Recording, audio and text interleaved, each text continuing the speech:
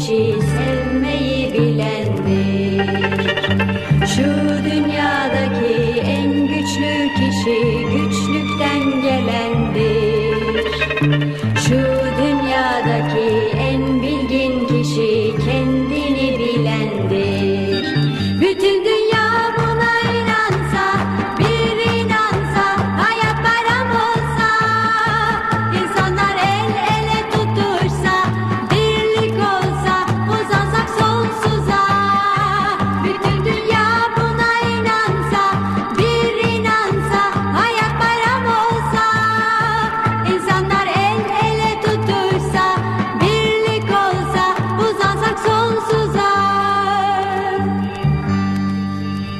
Şu dünyadaki en olgun kişi acıya gülendir. Şu dünyadaki en soylu kişi insafa gelendir. Şu dünyadaki en zengin kişi gönül fethedendir.